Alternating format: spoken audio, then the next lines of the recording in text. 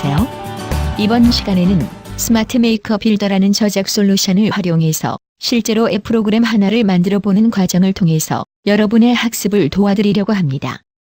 이전 시간에서는 이 저작 솔루션의 구성과 기본적인 조작법 및 아톰들에 대해서 알아보았습니다. 이번 시간부터 몇 강에 걸쳐서 실제로 아톰들을 활용하여 앱 프로그램의 화면을 구성하고 따라하며 오늘은 뭐먹지라는 앱 프로그램을 만들어 보도록 하겠습니다.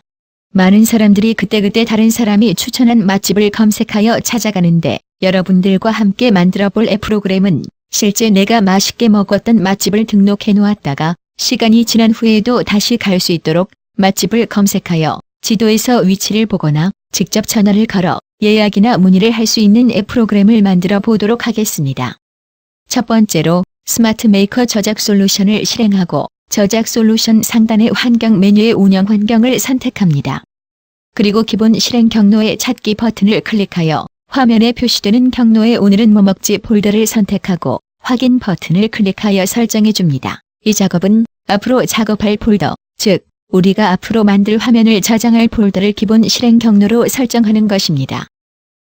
주의할 점은 앞으로 여러분들이 새로운 앱 프로그램을 만들 때에는 항상 화면을 저장할 새로운 폴더를 만든 후 작업하기 전에 반드시 기본 실행 경로로 설정해 주어야 앱 프로그램이 스마트폰에서 정상적으로 동작합니다.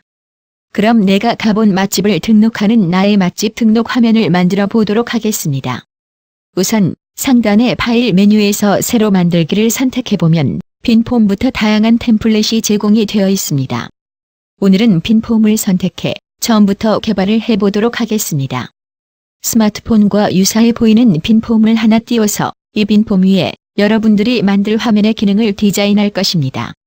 마우스로 빈 폼을 선택한 후 확인 버튼을 클릭합니다. 가장 먼저 제목을 만들어 보겠습니다. 좌측의 디자인 도구에서 사각형 그리기 아톰을 선택하여 화면에 올려놓습니다. 실제로 표시될 영역을 생각해가면서 마우스로 위치와 크기를 조절해 보도록 하겠습니다. 키보드의 F2키를 눌러 편집 상태로 만든 후 나의 맛집 등록이라는 제목을 입력합니다. 여기서 잠시 본 동영상 교재를 활용해서 앱 만드는 방법을 쉽게 습득하는 팁 하나를 소개하겠습니다. 우선 앱을 만드는 능력은 눈으로 보는 것만으로는 쉽게 습득되지 않습니다. 실제로 작업 도구를 조작해가면서 스스로 체험하는 과정을 통해서 자연스럽게 습득하게 됩니다. 따라서 실제로 스마트 메이커 솔루션을 다운로드 받아 자신의 PC에 설치하고 이 동영상을 따라 조작해가면서 학습하는 것이 가장 효과적인 학습법입니다. 이런 학습법을 지원하기 위해서 이 솔루션을 설치하면 초기에 이러닝 학습 화면이 나오기도 하고 지금 화면에서 보시는 바와 같이 화면 상단의 도움말 메뉴에서 이러닝을 선택하면 우측편의 동영상 강의창이 나타납니다. 그리고 좌측편 작업창에서는 그것을 보고 따라서 실습할 수 있게 구성되어 있습니다. 특히 동영상을 시청하는 도중에 스페이스바를 누르거나 마우스로 동영상 창 이외의 영역을 클릭하면 동영상 플레이가 잠시 중단됩니다. 그때 앞서 시청한 내용을 작업창에서 그대로 따라 실습할 수 있습니다. 이어서 강의를 계속 듣고 싶으면 다시 강의창을 마우스로 클릭하면 됩니다. 이 기능을 잘 활용하면 마치 과외 교사 개인 지도를 받아가며 앱 만드는 법을 배우는 것과 같은 효과를 얻을 수 있습니다.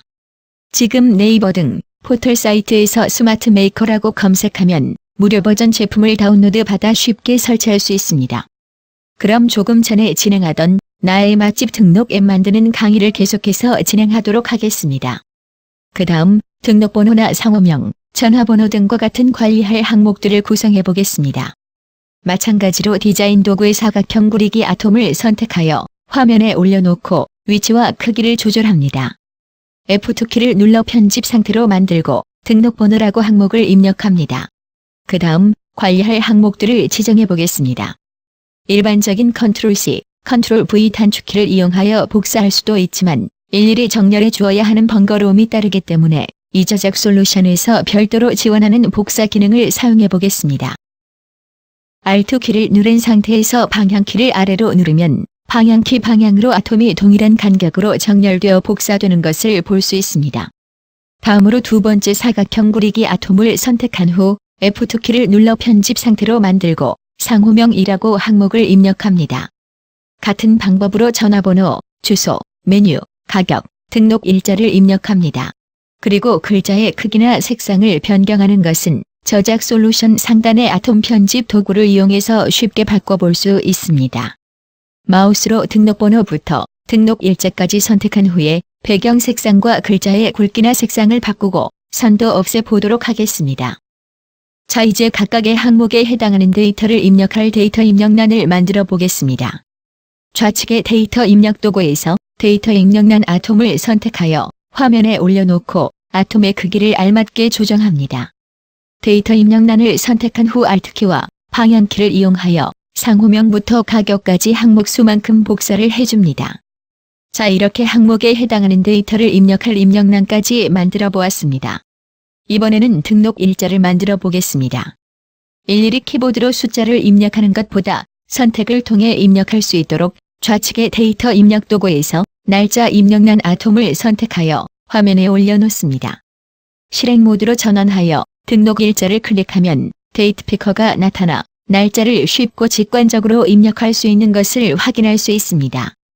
마지막으로 음식 사진이나 맛집 이미지를 카메라와 갤러리를 사용하여 입력할 수 있는 이미지 입력란을 화면에 그려보도록 하겠습니다. 좌측의 데이터 입력 도구에서 이미지 입력란 아톰을 선택하여 화면에 올려놓습니다. 실제로 표시될 영역을 생각해가면서 크기도 조절해 보도록 하겠습니다. 이렇게 만들어주면 스마트폰에서 직접 사진을 촬영하여 입력하거나 갤러리에 있는 사진 파일을 선택하여 입력할 수 있습니다.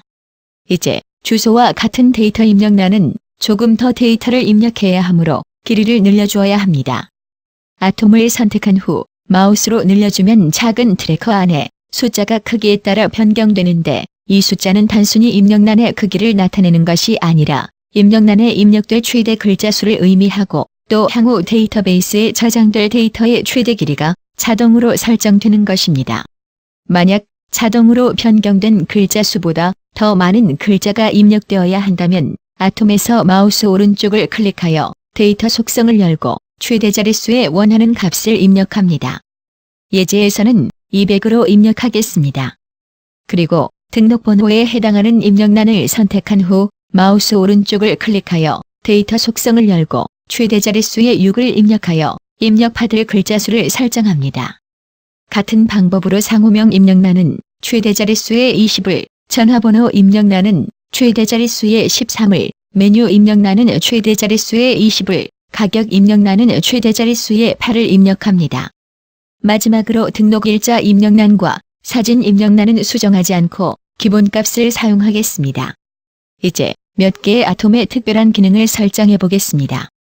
가격처럼 화폐와 관련된 항목은 흔히 숫자만 입력하고 천 단위마다 콤마를 넣게 됩니다. 이 기능은 아톰에서 마우스 오른쪽을 클릭하여 스타일 속성을 열고 입력 속성의 숫자 입력을 체크하고 숫자 속성의 콤마 삽입을 체크합니다. 그러면 이제 가격에는 숫자만 입력이 가능하게 되고 천 단위마다 콤마를 넣어줍니다. 전화번호와 같은 경우 단순히 데이터를 입력하고 보여주는 것이 아니라 전화번호 입력란을 길게 누르면 입력란에 표시되는 전화번호로 전화를 걸 수 있는 기능을 만들어 보겠습니다. 전화번호 입력란에서 마우스 오른쪽을 클릭하여 스타일 속성을 열고 동적 속성을 전화번호로 선택하면 스마트폰에서 전화 걸기 기능이 설정됩니다. 이번에는 주소 입력란을 길게 누르면 주소에 해당하는 위치를 지도 위에 표시해주는 기능을 만들어 보겠습니다. 같은 방법으로 주소 입력란에서 스타일 속성을 열고 동적 속성을 위치 정보로 선택하면 지도 위에 위치 정보가 표시됩니다. 이처럼 여러 종류의 아톰에는 그 목적과 특성에 맞는 속성들이 적게는 몇십 가지부터 많게는 몇백 가지의 속성들이 제공되고 있습니다. 앞으로 아톰별 강좌에서 아톰에 대해 좀 더 자세히 학습하시면 여러분들은 일상생활에서 필요한 개인용 앱부터 비즈니스 환경에서 필요한 복잡한 앱까지 아주 쉽게 만들 수 있습니다. 지금까지 사용자가 데이터를 입력할 수 있도록 입력란을 구성을 해보았습니다. 이제 입력한 데이터를 데이터베이스에 저장하거나 삭제할 수 있는 기능과 저장되어 있는 데이터를 앞, 뒤로 조회할 수 있는 기능을 만들어 보겠습니다. 좌측의 이벤트 설정 도구에서 기능 버튼 아톰을 선택하여 화면에 올려놓습니다. 그리고 Alt키와 방향키를 이용하여 기능 버튼을 3개 더 복사합니다. 첫 번째 아톰에서 마우스 오른쪽을 클릭하여 스타일 속성을 열고 기능 선택 속성을 앞장으로 선택합니다. 같은 방법으로 나머지 기능 버튼의 스타일 속성에서 기능 선택 속성을 차례로 저장, 삭제, 뒷장으로 설정합니다. 이제 화면에 데이터를 저장하거나 삭제할 수 있는 기능과 저장되어 있는 데이터를 앞, 뒤로 조회할 수 있는 기능이 만들어졌습니다. 이렇듯 기능 선택 속성에는 여러분들이 자주 만드는 기능들이 사전에 제공되고 있습니다.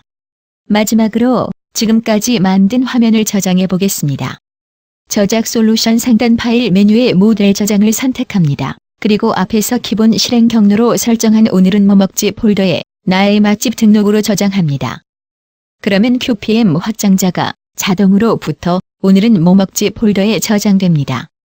이렇게 몇 개의 아톰만 사용하여 쉽게 나의 맛집 등록 화면을 만들어 보았습니다. 다음 시간에는 데이터베이스에 테이블을 만들고 앞서 만든 기능 버튼을 사용하여 나의 맛집 등록 화면에서 입력한 데이터들을 테이블에 저장하고 앞뒤 데이터를 조회하는 과정을 배워보겠습니다. 감사합니다.